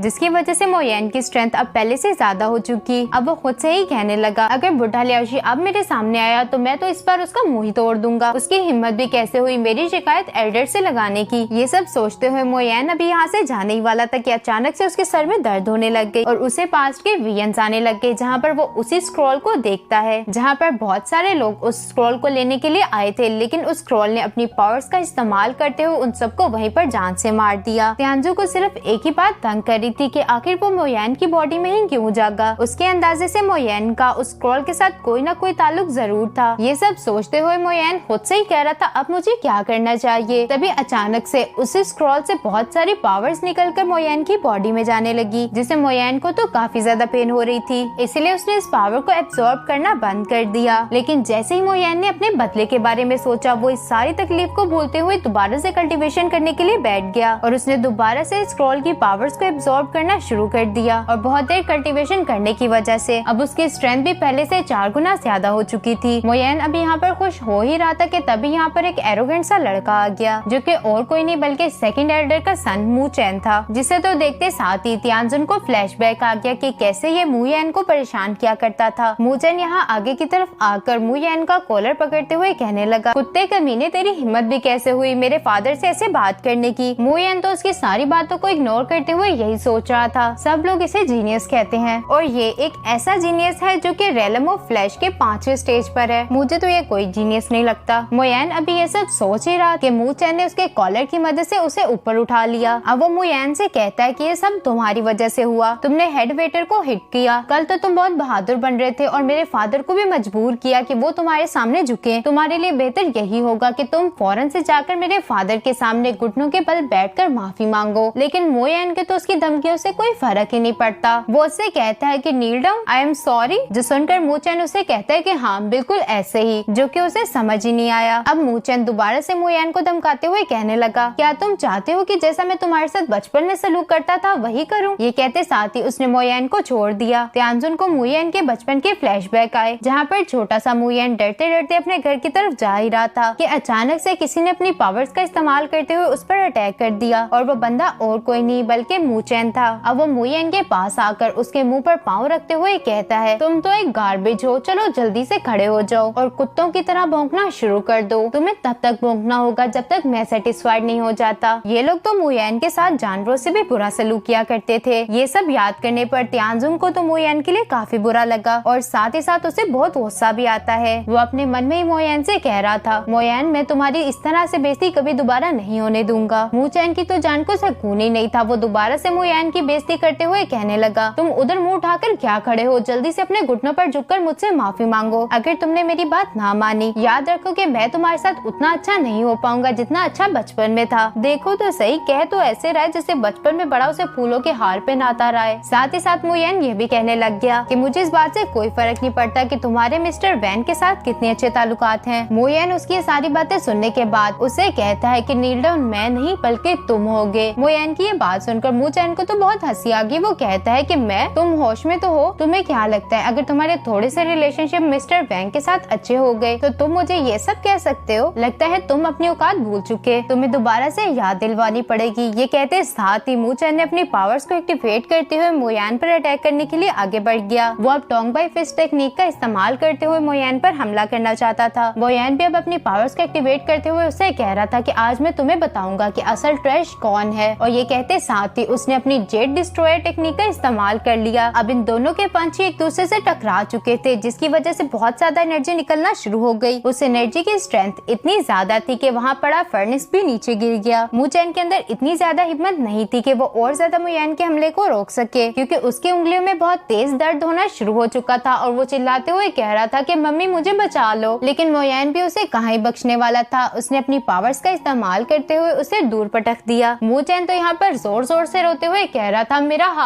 हाथ देखो, मेरे हाथ को क्या हो गया। मुयेन भी बहुत स्वैग से मुचैन के पास आते हुए उसे सवाल करते हुए कहने लगा, अब बताओ कि ट्रैश कौन है। मुचैन को तो यहाँ पर एक बड़ा धचका लगा, क्योंकि उसने कभी सोचा भी नहीं था कि मुयेन इतना ताकतवर हो जाएगा। वो खड़े होते हुए मुयेन से कहता है कि आखिर तुम इतने पावरफुल कब हुए? तुम तो बस एक ट्रैश हो, सिर्फ ट्रैश। मुयेन तो उसकी ये सारी बातों को इग्नोर करते हुए कहता है कि जल्दी भौंको, तभी मैं तुम्हें यहाँ से जाने दूंगा। ये कहते साथ ही उसने दोबारा से मुचैन के मुंह पर एक टांग मारते हुए उसे दूर पटक दिया। लेकिन मुचैन तो इतना ढीठ है, वो उसकी बात कहाँ ही मारने वाला था। वो मुयेन से कहने लगा कि तुम सिर्फ ख्वाब ही देख रहे हो, ऐसा कभी नहीं होने वाला। जो सुनकर तो मुयेन मुचैन के पास आकर उसका हाथ पकड़ते हुए कहता है, मेरी बात पर तुम बिलीव करो या फिर ना करो, अगर मैंने तुम्हारे बाजू को अपनी फिंगर्स की मदद से प्रेस कर दिया तो ये पूरी जिंदगी कभी काम नहीं करेगा। मुचैन तो मुयेन से काफी ज्यादा डर चुका, इसलिए वो उससे कहता है कि तुम मेरे साथ ऐसा नहीं कर सकते, मैं तो तुम्हारा भाई हूँ ना। जिस पर मुयेन उसे कहता है कि जल्दी भौंकना शुरू करो, मेरे पास ज्यादा टाइम नहीं है। ये कहने के फौरन बाद उसने काउंट डाउन करना शुरू कर दिया, 3, 2, इससे पहले कि वो 1 कह पाता। मुचैन फौरन से बोला, अच्छा मैं भौंकता हूँ। और अब मुचैन ने भौंकना शुरू कर दिया था। मुचैन अभी यहाँ पर भौंक ही रहा था कि तभी उसका फादर यानी कि सेकंड लीडर वहाँ पर पहुँच गया, जो कि अपने बेटे को ये हरकत करता हुआ देखकर कहने लगा कि ये तुम क्या कर रहे थे। मुचैन तो अपने फादर को यहाँ देखकर इतना खुश हो गया कि जैसे सालों से उनसे मिला ही नहीं। अब वो डैडी डैडी कहते गिरते पड़ते अपने फादर के पास पहुँच गया। अपने बेटे की ऐसी कंडीशन देखकर सेकंड एल्डर को तो बहुत गुस्सा आ गया। वो भड़कते हुए मुयेन से सवाल करके कहने लगे, तुम यहाँ पर क्या कर रहे थे? जिस पर तो मुयेन मासूम बनने का नाटक करते हुए कहता है कि मैं तो यहाँ पर कुछ नहीं कर रहा था, हम लोग तो बस अपनी बचपन की यादें ताजा करने के लिए बचपन वाला खेल दोबारा से खेल रहे हैं। सेकंड एल्डर को यहाँ पर गुस्सा तो इतना आ रहा था कि वो मुयेन का मुंह ही तोड़ दे, लेकिन अभी के लिए वो कुछ नहीं कर सकता। इसलिए वो मुयेन से गुस्से से सवाल करते हुए कहता है कि आखिर तुम्हारी हिम्मत भी कैसे हुई अपने ही भाई पर हाथ उठाने की? तुम्हें तो इस जुर्म की पनिशमेंट जरूर मिलेगी, क्योंकि तुमने मेरे बेटे को भौंकने पर मजबूर किया। मेरे ख्याल से तो पहली बार वो अपनी असली औकात पर वापस आया। मुयेन अब सेकंड एल्डर की बातें सुनने के बाद उनसे कहता है कि सेकंड एल्डर आखिर इसमें मसला क्या था? मुझे अच्छे से याद है कि जब मैं 9 साल का था बिल्कुल इसी तरीके से मुचैन मुझे ट्रीट करता था। ये तो बस खेल रहे हैं, आप ये सब मेरे फादर को कहा करते थे। जो सुनकर तो सेकंड एल्डर बात को कवर करने के लिए कहता है, हाँ तब तो तुम बच्चे थे, बच्चे तो इस तरह के खेल खेलते रहते हैं। सेकंड एल्डर की ये बात सुनकर मुयेन को तो और ज्यादा गुस्सा आ गया। वो गुस्से से कहता है, अच्छा तो आपका इस बारे में क्या ख्याल है? जब मैं 12 साल का था तो मुचैन मुझे पंचिंग बैग की तरह इस्तेमाल करता रहा, और जब मैं 15 इयर्स का हुआ तो इसने मुझे दरख्त पर लटका कर अपनी आर्चरी प्रैक्टिस करने के लिए एक टारगेट की तरह इस्तेमाल किया। क्या आप इन सब चीजों को बच्चों का खेल कहते हैं? सेकंड एल्डर बचपन में खुद ही तो अपने बच्चों को ये सब करने के लिए कहा करता था, इसीलिए वो मुयेन से कहता है कि ये सब तो पुरानी बातें हो चुकी, तुम तुम्हें अब अपने ब्रदर के साथ ऐसा नहीं करना चाहिए था। मोयन यहाँ पर मूचैन की तरफ देखते हुए कहने लगा, भाई इस जैसा कचरा मेरा भाई बनने के काबिल नहीं। जैसा ट्रीटमेंट आप सब ने बचपन में मुझे दिया वही सेम ट्रीटमेंट अब मैं आप सबको दूंगा। सेकंड एल्डर भी बहुत ही कमीना था। वो मोयन से सवाल करते हुए कहता है कि तुम्हें क्या लगता है अगर तुम मिस्टर वैन के थोड़ा सा क्लोज हो चुके तो क्या कुछ भी कर लोगे? मैं तुम्हें अभी ही मार दूंगा, ना होगे तुम ना यहाँ पर आया करेगा मिस्टर वैन। ये कहते साथ ही सेकंड एल्डर अपनी पावर्स को एक्टिवेट करते हुए मोयन पर अटैक करने के लिए आगे बढ़ गया। मोयन भी कहाँ पीछे हटने वाला था, वो भी उसके अटैक को डॉज करने के लिए फुल रेडी है। इससे पहले कि इन दोनों के दरमियान फाइट हो पाती, वहाँ पर मोयन के फादर आ गए, जो कि आते साथ ही सेकंड एल्डर से कहने लगा, आप जरूरत से ज्यादा ही एरोगेंट हो रहे हैं। मोयन और मूचैन दोनों ही हमारी फैमिली के बच्चे हैं और इस एज के बच्चों के दरमियान फाइट होना तो नॉर्मल सी बात है, लेकिन तुम तो मेरे बेटे को मारना चाहते थे। क्या तुम इस बात को भूल चुके थे कि वो चेयरमैन का बेटा है? आज जो कुछ भी हुआ फ्यूचर में दोबारा ऐसा नहीं होना चाहिए। सेकंड एल्डर भी यहाँ पर अपनी एक्सप्लेनेशन देना चाहता था, लेकिन चेयरमैन तो उसे चुप कराते हुए कहता है कि क्या तुमने मेरी बात नहीं सुनी? सेकंड एल्डर के साथ यहाँ पर लियाओशी भी आया था, वही लियाओशी जो कि सर्वेंट्स का हेड है। चेयरमैन मू अब उसकी तरफ देखते हुए उससे कहने लगे, मू फैमिली के यंग मास्टर के दरमियान फाइट करवाने की वजह से तुम्हें एक्सपेल किया जाता है। चेयरमैन की ये बात सुनते साथ ही लियाओशी तो अपने घुटनों पर ही बैठ गया, क्योंकि वो अब अपनी नौकरी खो चुका। उसे यूँ रोता देख मोयन भी अपने मन में कह रहा था, अगर ये अपनी सर्वेंट वाली पोस्ट पर रहकर शोखियां ना मारता तो आज इसके साथ ऐसा ना होता। ये सब इसका खुद का किया धरा है। चेयरमैन अब मोयन से कहता है कि तुम मेरे साथ आओ, क्योंकि एल्डर किन और उनकी बेटी तुमसे मिलने के लिए आए हैं। मोयन तो वहाँ पर नहीं जाना चाहता, इसलिए वो अपने फादर से कहता है कि क्या मेरा जाना जरूरी है? जिस पर तो उसका फादर उसे कहता है कि जल्दी आओ। मजबूरन हमारे मोयन को भी अपने फादर के साथ जाना पड़ा। रास्ते में मोयन का फादर उसे कहता है कि तुमने मुझे बताया क्यों नहीं कि तुम फिजिकल रेलम की 4th लेयर पर पहुंच चुके, लेकिन तुम्हारी स्ट्रेंथ तो उससे भी ज्यादा है। बदमाश, तुम मुझसे ये सब कब तक छुपाने वाले थे? मोयन को तो समझ ही नहीं आता कि आखिर उसके फादर ने इतनी जल्दी उसकी स्ट्रेंथ का अंदाजा कैसे लगा लिया। मोयन अब अपने फादर से कहता है कि मैं तो बस आपको बताने ही वाला था, जिस पर उसका फादर कहता है कि कोई बात नहीं, मैं तुमसे इस बारे में नहीं पूछूंगा कि आखिर तुम इतने स्ट्रॉन्ग कैसे हुए, क्योंकि तुमने मेरी बात मान ली और शादी के लिए एग्री हो गए। और तुम्हें इस बात का पता होना चाहिए कि तुम आखिर मिस किन से शादी क्यों कर रहे हो, क्योंकि उन्हें एक स्ट्रेंज डिजीज है जिसे ठीक करने की बहुत सारे लोगों ने कोशिश की, लेकिन आज तक इसमें कोई कामयाब नहीं हो पाया और वो 20 साल से ज्यादा जिंदा नहीं रह सकती। और आज वो यहाँ पर इसी उम्मीद के साथ आए हैं कि शायद मिस्टर वैन मिस किन की इस बीमारी को ट्रीट कर सके। अपने फादर की ये सारी बातें सुनने के बाद मोयन अपने मन में कह रहा था, अच्छा तो इसी वजह से उन्होंने मुझे चूज किया। साथ ही साथ मोयन अपने फादर से कहने लगा, फादर मेरे मिस्टर वैन के साथ इतने अच्छे ताल्लुकात नहीं, मैं तो उनसे उसी दिन ही मिला था और आपको एक बात बताऊं कि वो ओल्ड मैन बहुत ही ज्यादा अनोइंग है। मोयन की ये बात सुनकर उसके फादर उसे डांटते हुए कहने लगे, तुम्हें पता भी है कि मिस्टर वैन कितने बड़े अल्केमिस्ट हैं, तुम्हें इस तरह से उनके बारे में नहीं बोलना चाहिए। अभी वो यहाँ पर मोयन को डांट ही रहे थे कि तभी वहाँ पर एक भागता भागता सर्वेंट भी आ गया, जो कि इन दोनों से कहता है कि प्रिंसिपल लू और मिस्टर वैन मोयन से मिलना चाहते हैं, क्योंकि उन्हें इनसे कुछ सवाल पूछने थे। सर्वेंट की कहते साथ ही मोयन अब अपने फादर से कहने लग गया, फादर मैंने आपसे कहा था ना कि ओल्ड मैन मुझे बहुत ही ज्यादा तंग करता है, देखिए दोबारा से मेरा सर खाने आ गया। फाइनली ये लोग भी अब लिविंग हॉल में पहुंच चुके, जहाँ पर बहुत सारे एल्डर्स, प्रिंसिपल लू और मिस्टर वैन भी मौजूद थे। मोयन का फादर मिस्टर वैन से कहता है, मुझे आपके यहाँ आने पर बहुत खुशी हुई, आप नेक्स्ट टाइम भी जरूर आइएगा। जिस पर मिस्टर वैन हंसते हुए कहते हैं, यहाँ तो मैं सिर्फ मोयन से मिलने के लिए आया हूँ ताकि उनसे कुछ सवाल पूछ सकूं, लेकिन मुझे ये बात मालूम नहीं थी कि यहाँ और भी ज्यादा लोग आने वाले हैं। मैंने आप लोगों को डिस्टर्ब कर दिया, इसके लिए सॉरी। मिस्टर वैन अभी ये सब कह ही रहा था कि तभी चेयरमैन किन खड़ा होकर मिस्टर वैन को ग्रीट करते हुए कहने लगा, मेरी पोती को बचपन से ही एक कोल्ड इलनेस की बीमारी है, हर रात इसकी बॉडी से कोल्ड बाहर आती है जिसे हम सप्रेस भी नहीं कर सकते। बहुत सारे अल्केमिस्ट को हमने इसे दिखाया जिनका यही कहना था कि ये 20 साल से ज्यादा जिंदा नहीं रह सकती। मैं आपसे रिक्वेस्ट करता हूँ कि आप मेरी पोती की मदद करें। मिस्टर वैन भी थोड़ी देर सोचने के बाद ये कहता है, ये ब्रदर मू की फियांसे है, इसलिए मैं अपनी पूरी कोशिश करूंगा कि मैं इसका इलाज कर सकूं। मैं मिस किन को एग्जामिन करना चाहूंगा। ये सुनते साथ चेयरमैन किन तो खुशी हो गए। वो मिस किन को बुलाते हुए कहते हैं कि मिस्टर वैन के पास जाओ। मिस किन अब मिस्टर वैन के पास आ चुकी थी, जिसे तो मिस्टर वैन अपनी पावर्स की मदद से चेक करना शुरू कर देते हैं। उनकी ऐसी पावर्स को देखकर मोयन अपने मन में कह रहा था, शायद ये फिजिकल रेलम के 10th स्टेज को भी सरपास कर चुके। यहाँ पर मिस्टर वैन ने भी किन मिंग्यू को पूरे तरीके से एग्जामिन कर लिया था, जिसकी वजह से चेयरमैन किन अब उससे सवाल करते हुए कहने लगा, आपको क्या पता चला, क्या मेरी पोती ठीक हो सकती है? मिस्टर वैन भी यहाँ पर उदास होते हुए उन्हें जवाब देकर कहता है, मैं इस बारे में कुछ नहीं कर सकता, मेरे ख्याल से मिस किन के स्टमक में कोल्ड है, मैंने मैंने आज से पहले इस तरह की अजीब बीमारी नहीं देखी। मिस्टर वैन के मुंह से ये सारी बातें सुनने के बाद चेयरमैन किन तो काफी ज्यादा निराश हो चुके। उनका दिल टूट चुका क्योंकि उन्हें मालूम हो गया कि उनकी पोती 20 साल से ज्यादा जिंदा नहीं रहने वाली। मिस्टर वैन अब उसे दिलासा देते हुए कहने लगे, मैं इस बारे में कुछ नहीं कर सकता, लेकिन मेरे ख्याल से मोयन इस बारे में कुछ न कुछ जरूर कर सकता होगा। जो सुनकर तो मोयन अपने मन में कह रहा था, क्या इस बुढ़े को कोई और काम नहीं, हमेशा मेरे पीछे ही पड़ा रहता है, आज भी फ्री में ही मुझे फंसा दिया। लगता है इसे तो कोई खासा शौक है मेरी मुश्किलात बढ़ाने का। लेकिन मिस्टर वैन भी कहाँ चुप करने वाले थे, वो तो और ज्यादा मोयन की तारीफें करते हुए कहने लगे, मोयन तो अल्केमी का एक जीनियस मास्टर है, मेरे पास बहुत सारे सालों का एक्सपीरियंस था, लेकिन फिर भी मेरी नॉलेज सिर्फ मोयन के 10% है। मिस किन तो मोयन के पास जाओ, इसके पास जरूर कोई न कोई सोल्यूशन जरूर होगा। एल्डर फेंग युआन को तो ये बात सुनकर हंसी ही आ गई। वो कहने लगा कि इस जैसा ट्रैश और मिस किन को ठीक करेगा, जिसे तो मिस्टर वैन भी ठीक न कर पाए। मोयन का फादर भी सामने ही बैठा था, जिसे तो एल्डर फेंग युआन की बातें सुनकर गुस्सा आ गया, जिस वजह से उसने मोयन की तरफ देखना शुरू कर दिया। अब मोयन भी समझ चुका था कि बात उसकी इज्जत पर आ चुकी, जिस वजह से वो फौरन से खड़ा होते हुए अपने फादर से कहने लगा, मैं इस बारे में श्योर तो नहीं हूँ, लेकिन मैं अपनी पूरी कोशिश करूंगा कि मिस किन को ठीक कर दूं। ये सब कहने के बाद मोयन जाकर मिस किन को चेक करने लग गया और स्क्रॉल की पावर्स का इस्तेमाल करने की वजह से उसे मालूम हो गया कि मिस किन के पास फिनिक्स आइज सोल है। ये जानने के बाद मोयन भी काफी हैरान था। वो अब सबके सामने कहने लग गया, मिस किन, आपके पास फिनिक्स आइज सोल है और कोई शक नहीं इसी की वजह से आपको सर्दी लगती थी, और ऐसा कोई वॉरियर नहीं जो कि इस फिनिक्स आइज सोल को अपने अंदर रख सके। आइज फिनिक्स एंशिएंट फिनिक्स गॉड्स की फैमिली में से हैं, जो कि बहुत ही ज्यादा पावरफुल है। मिस किन, आप सिर्फ अपनी प्योर युआन यान एनर्जी का इस्तेमाल करते हुए आज तक इसे सप्रेस करती आई, जो कि बहुत बड़ी बात है। चेयरमैन किन भी ये सब सुनने के बाद मोयन के पास आ गया। वो मोयन से सवाल करते हुए कहता है कि क्या इसका कोई इलाज नहीं, जिस पर मोयन उन्हें जवाब देते हुए कहने लगा। मोयन अब उसे कहता है कि मैंने ऐसा तो नहीं कहा, जो सुनकर तो चेयरमैन किन खुशी हो गए। वो अब मोयन से सवाल करते हुए कहने लगे, क्या तुम्हारे पास कोई रास्ता है, जिस पर मोयन उन्हें जवाब देते हुए कहने लगा कि हाँ, मेरे पास रास्ता है, जिसकी मदद से मिस किन 1 महीने से भी पहले ठीक हो जाएंगी, और इन सब चीजों के अलावा मैं आपकी फैमिली को मिस किन जैसा जीनियस दे दूंगा, क्योंकि हजारों सालों में कोई एक ही ऐसा होता है जिसके पास आइस फेनिक्स सोल की पावर्स होती हैं। मिस किन की किस्मत में लिखा हुआ है कि वो पूरे तियान्युन में फेमस होंगी, लेकिन मुझे इन्हें ठीक करने के लिए कुछ हर्ब्स की जरूरत होगी। चेयरमैन किन तो अपनी पोती के लिए कुछ भी कर सकता था, इसीलिए वो फौरन से एग्री होते हुए कहने लगा, तुम्हें जिस भी जड़ी बूटी की जरूरत हो तुम बस मुझे बता देना, चाहे वो कितनी भी एक्सपेंसिव क्यों ना हुई, मैं तुम्हारे लिए लेकर आऊंगा। अगर मैं अपनी पोती को बचाते हुए बैंकरप्ट भी हो गया तो मुझे इसका भी अफसोस नहीं होगा। मिस किन भी यहाँ पर अपने ग्रैंडपा का अपने लिए इतना ज्यादा प्यार देखकर इमोशनल हो गई। मोयन ने अब इन्हें हर्ब्स के नाम बताना शुरू कर दिए। साथ ही साथ वो इनसे कहता है, अगर आपको इनमें से कोई भी हर्ब ना मिली तो आप मुझे बता देना, मैं आपको उसके लिए बहुत सारे अल्टरनेटिव बता दूंगा। क्या आप ये सारी की सारी मेडिसिन को लेकर आ सकते हैं? चेयरमैन किन की तो खुशी का यहाँ पर ठिकाना ही नहीं था। वो खुश होते हुए कह रहे थे कि हाँ मैं ला सकता हूँ, मैं तुम्हें ये सारी की सारी जड़ी बूटियाँ कल ही लाकर दूंगा। नहीं कल नहीं, आज ही लाकर दूंगा। ये कहते साथ ही चेयरमैन किन यहाँ से भाग गए, क्योंकि वो जल्द से जल्द अपनी पोती को ठीक करना चाहते थे। मोयन तो उन्हें यहाँ से भागता हुआ जाता देखकर कहने लगा, इतनी भी जल्दी की कोई जरूरत नहीं थी। मिस्टर वैन भी यहाँ पर मोयन से सवाल करते हुए कहने लगा, क्या आपको पूरा यकीन है कि इन इंग्रेडिएंट्स का इस्तेमाल करते हुए आप मिस किन के लिए मेडिसिन बना लेंगे? जिस पर तो मोयन उल्टा उसी से सवाल करते हुए कहने लगा, क्यों, ऐसा नहीं हो सकता क्या? उसकी बात का जवाब देते हुए मिस्टर वैन कहने लगा कि ये 4 इंग्रेडिएंट्स तो बहुत ही ज्यादा कॉमन है, जो कि हर जगह ही मिल जाएंगे। मोयन उनकी बात सुनकर कहता है कि इस बात का पता तो आपको कल ही चल जाएगा। इसके बाद हमें नेक्स्ट डे का सीन दिखाया गया, जहाँ पर फर्स्ट और सेकंड एल्डर आपस में बातें करते हुए कह रहे थे, मैं तो बस यही देखना चाहता हूँ मोयन जो कि कल इतनी बड़ी बड़ी बातें कर रहा था, क्या मिस किन को ठीक कर पाएगा? मोयन ने भी यहाँ पर मिस किन के ट्रीटमेंट के लिए सारी चीजों को इकट्ठा कर लिया था। अब वो दरवाजे को बंद करने ही वाला था कि तभी मिस्टर वैन बीच में आते हुए कहने लगे, मैं आपको मिस किन का ट्रीटमेंट करते हुए देखना चाहता हूँ। लेकिन मोयन तो मिस्टर वैन को पीछे की तरफ हटाते हुए कहता है, नहीं, मुझे आप नहीं देख सकते। अंदर की तरफ मोयन ने एक बहुत बड़ा टैंक रखा हुआ था, जिसके नीचे लकड़ियाँ जल रही थी। उस टैंक के अंदर काफी ज्यादा पानी था, जिसके अंदर मोयन ने जड़ी बूटियों को डाल दिया। मोयन को ये सब करता देख मिस किन अपने मन में कह रही थी कि मैंने कभी सोचा नहीं था कि ये ट्रीटमेंट के नाम पे मुझे एक बाथटब में ले आएगा। क्या ये मेरा फायदा उठाना चाहता है, या फिर मैं इसे बिल्कुल ठीक हो जाऊंगी? मिस किन यहाँ पर ऐसी बहकी बहकी बातें ही सोच रही थी कि मोयन मिस किन से कहता है कि इस बाथटब के अंदर जाओ, जो सुनकर तो मिस किन परेशान ही होगी। वो मोयन से कहती है, क्या मैं इस टब के अंदर उसी सूरत में जाऊंगी जब तुम इस कमरे से बाहर चले जाओगे? जिस पर तो मोयन उसे जवाब देते हुए कहता है, मैं यहाँ से कहीं भी नहीं जाने वाला, तुम मेरी पेशेंट हो, जैसा मैं बोलूंगा वैसा तुम्हें करना पड़ेगा। वैसे भी मेरे यहाँ से जाने के बाद अगर तुम्हारे साथ कुछ भी गलत हो गया तो उसका ब्लेम तुम मेरे पे मत डालना। मिस किन भी अब बेचारी क्या ही कर सकती थी, क्योंकि अगर वो ठीक होना चाहती है तो उसे मोयान की बात माननी ही पड़ेगी। अब वो अपना मास्क हटाते हुए बाथटब के अंदर चली गई। मोयान तो बस उसे देखे ही जा रहा था, जिस वजह से मिस किन उससे सवाल करते हुए कहने लगी कि आखिर तुम मुझे क्यों देख रहे हो। मोयान अब मिस किन की खूबसूरती की तारीफ करते हुए कहने लगा, तुम तो इतनी प्यारी हो, फिर तुम हमेशा अपने मुंह को ढांप कर क्यों रखती हो, जिसकी वजह से मैं तो पता नहीं क्या क्या सोच रहा था। शायद तुम्हारे दांत बाहर हैं या फिर तुम्हारा फेस अगली है, इसी वजह से तुम्हें ये सब करना पड़ता है। मोयान के मुंह से अपनी तारीफ सुनने के बाद मिस किन ने तो ब्लश करना शुरू कर दिया। मोयान आगे की तरफ बढ़ते हुए बाथटब के पानी को चेक करते हुए कहने लगा कि देखो ये पानी कितना ज्यादा गर्म है, लेकिन अभी तक तुम्हें फील भी नहीं हुआ। चलो मैं इसमें कुछ और ज्यादा हर्ब्स को डाल देता हूँ, मुझे बताना जब पानी तुम्हें गर्म लगे। बाहर की तरफ चेयरमैन किन और मिस्टर वैन भी इन दोनों का इंतजार कर रहे थे। मोयान यहाँ पर मिस किन से कहता है, आज से तुम्हारे लिए नॉर्मल नाइट्स और फुल मून की नाइट्स सेम होंगी, लेकिन जब भी फुल मून होएगा तो कोल्ड पॉइजन तुम्हारी बॉडी को एक्सप्लॉइट करते हुए खुद को बाहर निकालने की कोशिश करेगा। लेकिन तुम्हें याद रखना होगा कि अब से तुम अपनी प्योर युआन रेजिस्टेंस का इस्तेमाल नहीं करोगी। मोयान की ये सारी बातें सुनने के बाद मिस किन अपने मन में कह रही थी, ये बात तो मैंने आज तक अपने ग्रैंडफादर को भी कभी नहीं बताई कि फुल मून की नाइट को मुझे सबसे ज्यादा सर्दी लगती है, फिर ये इसे कैसे पता। मोयान तो यहाँ पर अपनी बात को कंटिन्यू करते हुए कहता है, तुम्हें बस ये फील करना होगा कि आखिर तुम्हारी बॉडी में वो कोल्ड पॉइजन कहाँ से स्टार्ट होता है और उसे फिर अपनी प्योर युआन एनर्जी के साथ ब्लेंड करने की कोशिश करो। इस प्रोसेस में तुम्हें काफी पेन होगा, लेकिन अगर इस प्रोसेस ने एक दफा कम्प्लीटली वर्क कर दिया तो तुम्हारा ये कोल्ड पॉइजन हमेशा हमेशा के लिए खत्म हो जाएगा और फिर तुम 20 साल से भी ज्यादा जिंदा रहोगी। मिस किन तो मोयान को देखते हुए बस अपने मन में ये कह रही थी कि मैंने जो कुछ भी मोयान के बारे में सुना था, मोयान तो बिल्कुल ही उससे डिफरेंट है। अचानक से मिस किन की बॉडी पर उसकी पावर्स हावी होना शुरू हो गई, जिसे देखते हुए मोयान कहता है कि फिनिक्स आइसोल का काउंटर अटैक शुरू हो चुका। मिस किन को सहारा देने के लिए मोयान ने भी अपनी पावर्स को मिस किन के साथ शेयर करना शुरू कर दिया। साथ ही साथ वो उससे कह रहा था कि तुम्हें अपनी आइस सोल फिनिक्स के साथ अच्छे तरीके से मर्ज होना होगा, तभी हम उस सोल की पावर्स को समझ सकेंगे। मिस किन के सामने यहाँ पहली दफा फिनिक्स आइसोल आ चुकी थी, जो कि आते साथ ही मिस किन पर अटैक कर देती है,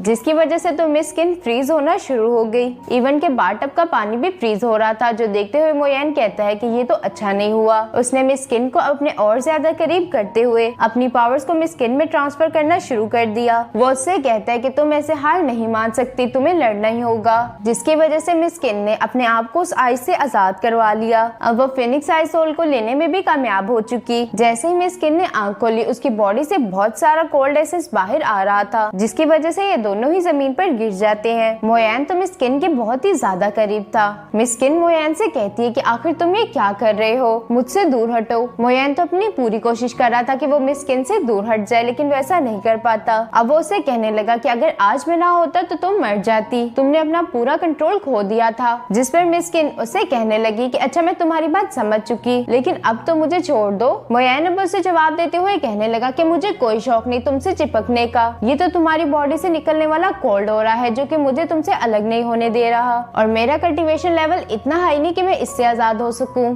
जिस पर मिस किन कहने लगी, अच्छा जरा रुको, मैं ट्राई करती हूँ, शायद मेरी पावर्स की मदद से हम दोनों अलग हो जाएं। और थोड़ी देर की मेहनत के बाद हम देखते हैं कि ये दोनों अलग हो चुके। बाहर की तरफ तो सब लोग ही इनका इंतजार कर रहे थे। चेयरमैन किन फौरन से अपनी पोती के पास आकर उससे पूछने लगा, अब तुम कैसी हो। इससे पहले कि मिस किन उसकी बात का कोई जवाब दे पाती, चेयरमैन किन को ऐसा लगा कि मोयान भी मिस किन को ठीक करने में नाकामयाब हो चुका, इसीलिए वो कहते हैं कि कोई मसला नहीं, अगर मोयान तुम्हें ठीक नहीं कर पाया तो इसमें कोई बड़ी बात नहीं, क्योंकि ये पहली बार नहीं है कि जब कोई ट्रीटमेंट फेल हुआ हो। मिस किन तो अपने ग्रैंडपा की ये सारी बातें सुनने के बाद उन्हें कहने ही वाली थी कि ग्रैंडपा ऐसा कुछ नहीं, लेकिन इससे पहले कि वो उनकी बात का जवाब दे पाती, एल्डर फेंग युआन अपने बीच में टांग अड़ाते हुए कहने लगे, मैं तो पहले से ही जानता था, जब मिस्टर वैन कुछ न कर पाए तो ये कचरा क्या कर लेगा। इसे लग रहा था कि हम सब बेवकूफ हैं जो इसकी बातों पर यकीन कर लेंगे कि इतनी ऑर्डिनरी सी हर्ब्स का इस्तेमाल करते हुए ये मिस किन के कोल्ड पॉइजन को क्योर करना चाहता था। सेकंड एल्डर भी अपने दिल की भड़ास निकालने के लिए मिस्टर वैन के पास पहुंच गया। वो उनसे कहता है कि आपने इस बार गलत बंदे को चूज कर लिया, क्योंकि आपको तो मालूम ही नहीं कि मोयान तो बचपन से ही एक ट्रैश है। अगर मोयान अपनी अल्केमी स्किल का इस्तेमाल करते हुए मिस किन को ठीक कर देता, मैं और फर्स्ट एल्डर हम दोनों ही अपनी सीट्स को छोड़ देते। वो भी ये सब कह रहा था कि मिस किन बोल पड़ी। वो कहती है, ग्रैंडपा आपने मुझे गलत समझ लिया। ये कहते साथ ही उसने अपना मास्क रिमूव कर दिया, जिसका जिसका मतलब ये था कि वो अब बिल्कुल ठीक हो चुकी। साथ ही साथ वो इन सबको बताती है कि मोयान ने मेरी बॉडी से कोल्ड पॉइजन को रिमूव करने में काफी मदद की। अब मैं बिल्कुल ठीक हो चुकी हूँ और मुझे तो लगता है कि शायद मैंने ब्रेक थ्रू भी कर लिया। मिस किन की ये बात सुनकर वहाँ मौजूद सारे लोग ही हैरान हो गए। मोयान का फादर भी हैरानगी से कह रहा था कि मेरे बेटे ने उस प्रॉब्लम को सॉल्व कर दिखाया जिसे तो मिस्टर फैन भी ना कर सके। चेयरमैन किन तो अपनी पोती के लिए बहुत ज्यादा खुश थे, जिस वजह से वो मोयान के फादर से कहने लगे, आपका बेटा सच में बहुत कमाल का है। बायून सिटी में इसके बारे में जितनी भी अफवाहें थी, अब मुझे मालूम हो गया कि वो सब की सब झूठ है। मेरे ख्याल से तो वो लोग अंधे थे जो कि मोयान की स्किल्स को देख ही नहीं पाए। मोयान का फादर यहाँ पर बहुत खुश था क्योंकि आज उसने जिंदगी में पहली बार अपने बेटे की तारीफ सुनी थी। इसीलिए वो चेयरमैन किन से कहने लगा कि आज हम लिविंग हॉल में बैठकर बात करते हैं। ये कहते साथ ही ये दोनों यहाँ से जाने ही वाले थे कि मोयान ने बीच में ही रोक दिया। वो इनसे कहने लगा कि आपने सुना नहीं, अभी किसी ने कुछ कहा था। यहाँ पर कोई कह रहा था अगर मैंने मिस किन को ठीक कर लिया तो वो अपनी एल्डर की पोजीशन से रिजाइन दे देंगे। मोयान की बात सुनते साथ ही दोनों एल्डर्स को तो बहुत ज्यादा गुस्सा आ गया। उन दोनों का तो बस नहीं चलता कि मोयान को जान से मार दे। मोयान को भी यहाँ अच्छे से ही पता था कि ये दोनों ऐसा कभी नहीं करने वाले, इसीलिए वो खुद की बात का ही जवाब देते हुए कहता है, अच्छा खैर भूल जाओ इस बारे में, वैसे भी लोगों को आदत होती है बड़ी बड़ी फेंकने की, लेकिन उन्हें अपना मुंह संभाल कर बात करनी चाहिए। इन दोनों एल्डर से ये कहने के बाद मोयान अपने फादर से कहता है कि फादर मैं एकेडमी जा रहा हूँ क्योंकि मुझे वहाँ कुछ काम है। यहाँ से सब लोगों के जाने के बाद ये गुस्से से भरे हुए ये दोनों एल्डर ही आपस में बातें करते हुए कहने लगे कि इस कूड़े ने वाकई में स्किन को हील कर दिया, ये इतने थोड़े दिनों में इतना महान कैसे बन गया। एल्डर फेंग युआन को भी डर था अगर मोयान ऐसे ही चलता रहा तो वो जल्द ही पूरी सिटी में बहुत फेमस हो जाएगा, जो कि इनकी फैमिली के लिए एक बड़ा खतरा है। इसीलिए ये दोनों डिसाइड करती है कि ये मोयान को अपने रास्ते से हटा देंगे। जो सुनकर सेकंड एल्डर कहता है कि हम इसे बायून सिटी में नहीं मार सकते, इसका तो हमें कहीं और बंदोबस्त करना होगा। चले आए इस मैटर को हम डिटेल में डिस्कस करते हैं। मोयान भी अब अपने एकेडमी की तरफ जा रहा था कि रास्ते में वो देखता है कि कुछ लड़के उसी के स्टूडेंट को बुली कर रहे थे। वो बदमाश बच्चे मिंग्यू से कह रहे थे कि तुम्हारा बाप एक जुआरी था जबकि तुम्हारी माँ एक तवाइफ और तुम एक घटिया औरत के बेटे हो। हमेशा याद रखना जब भी तुम मुझे देखोगे तो तुम्हें मेरे सामने झुकना होगा। मोयान भी दूर खड़ा ये सब देखते हुए अपने मन में कह रहा था ये तो मेरी ही क्लास का स्टूडेंट मिंग्यू है। मिंग्यू को यहाँ दो लोगों ने पकड़कर जमीन पर रखा हुआ था। ये देखते हुए मिंग्यू सामने खड़े लड़के से कहने लगा अगर तुम्हारे पास एबिलिटी है तो मेरे साथ अकेले फाइट करो। लेकिन वो लड़का तो जानता था अगर उसने अकेले इसके साथ फाइट की तो वो हार सकता है, इसीलिए वो उल्टा मिंग्यू का मजाक उड़ाते हुए कहने लगा क्या तुम्हें लगता है कि मैं कभी ऐसा करूंगा? शायद टीचर मोयान की क्लास के सारे बच्चे उनकी तरह ही बेवकूफ हो चुके। तुम देख नहीं पा रहे अपने आसपास कितने सारे लोग हैं, तो फिर हम दोनों अकेले फाइट क्यों करेंगे? ये कहते साथ ही उसने अपनी पावर्स को एक्टिवेट कर लिया क्योंकि वो मिंग्यू पर अटैक करना चाहता था। लेकिन इससे पहले कि वो ऐसा कर पाता मोयान ने बीच में आते हुए उसे रोक दिया। अब वो उसे कहता है कि सिर्फ मुझे ही हक है कि मैं अपने स्टूडेंट को मारूं या फिर उन्हें कुछ भी करूं। क्या तुम्हें ये बात मालूम नहीं कि स्कूल में पर्सनल फाइट्स करना मना है? मिंग्यू को यहाँ पास का सीन याद आया जहाँ पर उसे आज की तरह ही बच्चे मारे थे और मोयान उसके पास से गुजर रहा, लेकिन वो मिंग्यू को बचाने की बजाय खुद का मुंह छुपाते हुए वहाँ से भाग गया। और वैसे भी मोयान बेचारा करता ही क्या क्योंकि वो तो खुद वीक था। मिंग्यू तो मोयान को यहाँ पर देखते साथ ही खुश हो गया। वो उनसे कहने लगा टीचर मोयान आप यहाँ पर आ गए। उस लड़के को तो जरा सी तमीज नहीं, वो अपने टीचर की बेइज्जती करते हुए कहने लगा मैं सोच ही रहा था कि आखिर कौन है जो कि यहाँ पर आ गया और वो तुम थे बेवकूफ इंसान। खुद के लिए ये अल्फाज सुन के मोयान को तो गुस्सा आ गया और वो गुस्से से अपनी पावर्स को एक्टिवेट करते हुए उसका गला पकड़ लेता है। मोयान अब उस लड़के से कहता है कि दाओजिन पहले तो तुमने अपने क्लासमेट्स को तंग किया और बाद में अपनी ही टीचर के साथ बदतमीजी कर रहे थे। क्या तुम्हें एकेडमी के रूल्स के बारे में नहीं पता? इसीलिए आज मैं तुम्हें थोड़ी तमीज सिखाऊंगा। लेकिन दाओजिन को तो इन सारी बातों से कोई फर्क ही नहीं पड़ता। वो उल्टा और मोयान की बेइज्जती करते हुए कहने लगा तुम तो एक बेवकूफ कचरे के अलावा कुछ नहीं, आज पता नहीं तुम्हें क्या हो गया।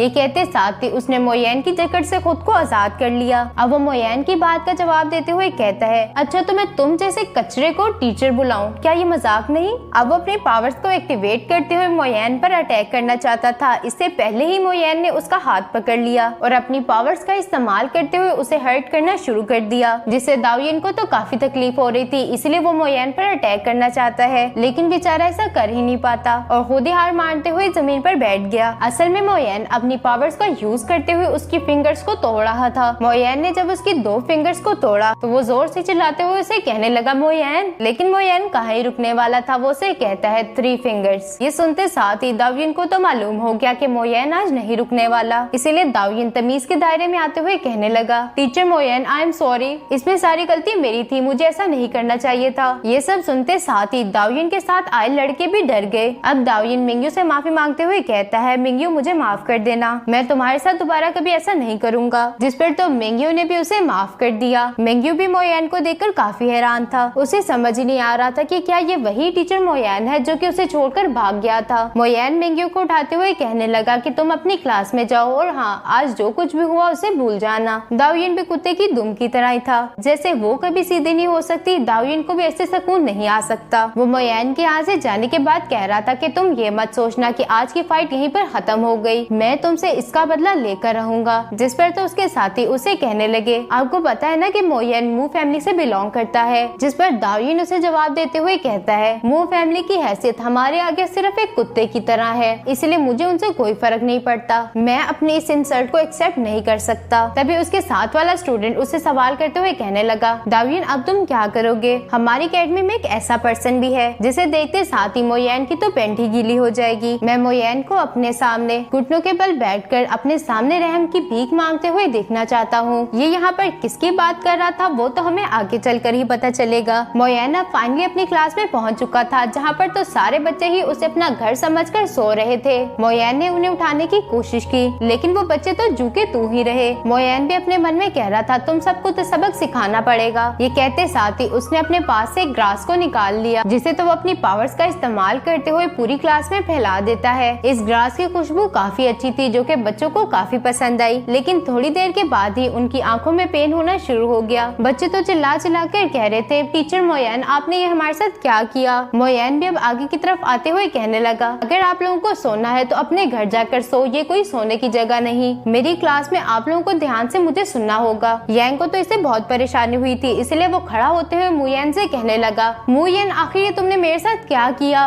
तुम मेरी बात का जवाब क्यों नहीं दे रहे? मोयन तो बड़े आराम से उसे कहता है, मैं तुम्हारा टीचर हूँ और जब तक तुम क्लास में रहोगे तो तुम्हें मेरी बातों को सुनना पड़ेगा। ये सुनकर तो यांग को और ज्यादा गुस्सा आ गया और वो गुस्से से कहता है कि तुम्हें समझ नहीं आ रही कि मैं यंग मास्टर हूँ और तुम्हारी हिम्मत भी कैसे हुई मुझे सोते हुए डिस्टर्ब करने की। मैं तुम्हें आखिरी चांस दे रहा हूँ मुझसे माफी मांगने का। मोयन ने तो सिर्फ अपने पेन का ही इस्तेमाल करते हुए उसे पीछे हटा दिया, जिससे तो यांग और ज्यादा भड़क चुका और वो आगे की तरफ बढ़ते हुए मोयन पर हमला करना चाहता था। लेकिन इससे पहले कि वो मोयन तक पहुंच पाता, मोयन ने दोबारा से अपने पेन का इस्तेमाल करते हुए उसे नीचे गिरा दिया। अब तो यांग मोयन के कदमों में पड़ा हुआ था। मोयन अब उसका मजाक उड़ाते हुए कहने लगा कि मुझे पता है कि तुम मुझसे माफी मांगना चाहते थे, लेकिन इसके लिए तुम्हें मेरे पाँव में गिरने की कोई जरूरत नहीं। तभी वहाँ पर एक बॉडी बिल्डर जैसा दिखने वाला इसी स्कूल का टीचर पहुँच गया, जिसका नाम था जिंग डोंग। वो मोयन से कहता है, मोयन क्या तुम अपने स्टूडेंट को इसी तरह पब्लिकली मारते हो? क्या तुम्हें हमारी एकेडमी के रूल्स के बारे में नहीं पता? यांग तो फौरन से जाकर टीचर जिंग डोंग के पीछे छुप गया और वो उससे मोयन की शिकायत लगाते हुए कहता है, टीचर इसने मुझे मारा, आपको मेरा बदला इनसे लेना होगा। टीचर जिंग डोंग को तो यहाँ पर देखकर क्लास के बच्चे आपस में बातें करते हुए कहने लगे। टीचर जिंग डोंग को तो मोयन कभी भी पसंद नहीं था, क्योंकि उन्हें लगता है कि मोयन जैसे ट्रैश की हमारी एकेडमी में कोई जरूरत नहीं, वो यहाँ पर सिर्फ और सिर्फ अपनी फैमिली की स्ट्रेंथ की वजह से है। और जब भी ये मोयन को देख ले तो ये उसे ऐसे चपटने की कोशिश करता है जैसे बिल्ली किसी चूहे को। तभी वहाँ पर दाओयिन भी पहुँच गया, जिसे तो मोयन ने थोड़ी देर पहले ही सबक सिखाया था। असल में ये सारा किया धराया उसी का है, उसने ही मोयन से बदला लेने के लिए टीचर जिंग डोंग को यहाँ पर भेजा। दाओयिन भी मोयन की शिकायत लगाते हुए कहने लगा, टीचर जिंग डोंग, टीचर मोयन ने मुझे परेशान किया, मैं तो बस मिंग्यू के साथ मजाक कर रहा था और टीचर मोयन को गलतफहमी हो गई और उन्होंने आते साथ ही मुझे मारना शुरू कर दिया। इन्हें ये भी ख्याल नहीं आया कि ये एक टीचर है जबकि मैं एक स्टूडेंट। टीचर जिंग डोंग, मैं आपसे रिक्वेस्ट करता हूँ कि आप टीचर मोयन को एक सबक सिखाएं ताकि आइंदा कभी वो दोबारा किसी बच्चे के साथ ऐसा ना कर सके। मिंग्यू को तो ये सब सुनकर काफी ज्यादा गुस्सा आ गया था और वो गुस्से से कहता है कि कमीने तुम झूठ बोल रहे हो। लेकिन जिंग डोंग तो उसकी पूरी बात सुने बगैर ही मोयन से कहता है, दाओयिन ने पहले मुझे जो कुछ भी बताया कि तुमने उसे मारा, मुझे इस पर यकीन ही नहीं आया कि तुम जैसा ट्रैश भी ऐसा कोई काम कर सकता है। लेकिन अब मुझे ये सब देखने के बाद लगता है कि तुमने ऐसा किया होगा। तुम बच्चों से कहते हो कि वो अपने क्लासमेट्स को बुली ना करें, जबकि तुम तो खुद ही उन्हें मार रहे थे। मोयन अब पहले की तरह थोड़ी जो कि जिंग डोंग से डर जाएगा। वो कॉन्फिडेंटली जवाब देते हुए कहता है कि ये मेरा मसला है, मैं जो मर्जी करूँ, इससे आपको क्या प्रॉब्लम? अगर आप प्रिंसिपल होते तब भी मैं शायद आपकी बात सुन लेता, या शायद आपने खुद को प्रिंसिपल समझना शुरू कर दिया। मोयन ने तो यहाँ पर जिंग डोंग की अच्छी खासी बेइज्जती कर दी थी थी। मोयेन की ये बातें सुनते साथ ही वहाँ मौजूद बच्चों ने भी हंसना शुरू कर दिया, लेकिन जिंगडोंग जो कि मोयेन को एक कचरा समझता था, वो उसके हाथों अपनी बेइज्जती कैसे होने दे सकता। इसीलिए वो गुस्से से अपनी पावर्स को एक्टिवेट करते हुए कहने लगा, अच्छा तो तुम मरना चाहते हो, तुम एक जूनियर टीचर हो, तुम्हारी हिम्मत भी कैसे हुई मुझसे इस तरह बात करने की। ये कहने के फौरन बाद ही वो मोयेन पर अटैक करने के लिए आगे बढ़ गया, जिसे तो मोयेन ने अपनी जेट फिस्ट टेक्निक का इस्तेमाल करते हुए रोक लिया, लेकिन वो ज्यादा देर के लिए जिंगडोंग का अटैक नहीं रोक पाया और पीछे की तरफ हट गया। अब जिंगडोंग मोयेन से कहता है कि मैंने कभी सोचा भी नहीं था कि तुम्हारे जैसा कचरा कभी फिजिकल बॉडी रेलम के 4th लेवल तक भी पहुंच पाएगा। अच्छा अब मुझे समझ आया कि तुम्हारे में इतनी हिम्मत कहां से आई कि तुम मेरे आगे बोल सको। टीचर जिंगडोंग की ये बात सुनकर शान्यू भी हैरान थी कि टीचर मोयेन आखिर इतनी जल्दी 4th लेवल पर कैसे पहुंच गए। जिंगडोंग यहाँ पर फ्लेक्स करते हुए कहने लगा कि तुम्हारे जैसे कचरे को मारने के लिए मैंने सिर्फ अपनी 30% पावर यूज की थी, जिस पर मोयेन उसे जवाब देते हुए कहता है, अच्छा 30%, लेकिन मैंने तो सिर्फ अपनी 20% ही स्ट्रेंथ यूज की। ये सुनकर तो जिंगडोंग को गुस्सा आ गया और वो गुस्से से अपनी पावर्स को अनलिश कर देता है और वो इसी गुस्से के साथ मोयेन पर अटैक कर देता है, जिसे तो मोयेन ने साइड पर हटते हुए डॉज कर लिया। जिंगडोंग तो बार बार मोयेन पर अटैक्स करने की कोशिश कर रहा था, लेकिन एक भी अटैक उसका मोयेन को लग नहीं पाया, जो देखने के बाद जिंगडोंग अपने मन में कह रहा था कि ऐसा पॉसिबल ही नहीं, मैं लेवल 6 पर हूँ जबकि ये लेवल 4 पर है, फिर भी मैं इसे क्यों नहीं हरा पा रहा। लेकिन इस बेवकूफ को कौन ही बताए कि हमारे मोयेन की स्ट्रेंथ तो आम कल्टीवेटर से ज्यादा है। अब जिंगडोंग अपनी और ज्यादा बेइज्जती बर्दाश्त नहीं कर सकता था, इसलिए उसने फौरन से अपनी पावर्स को एक्टिवेट करते हुए तियानजू टेक्निक को परफॉर्म करना शुरू कर दिया।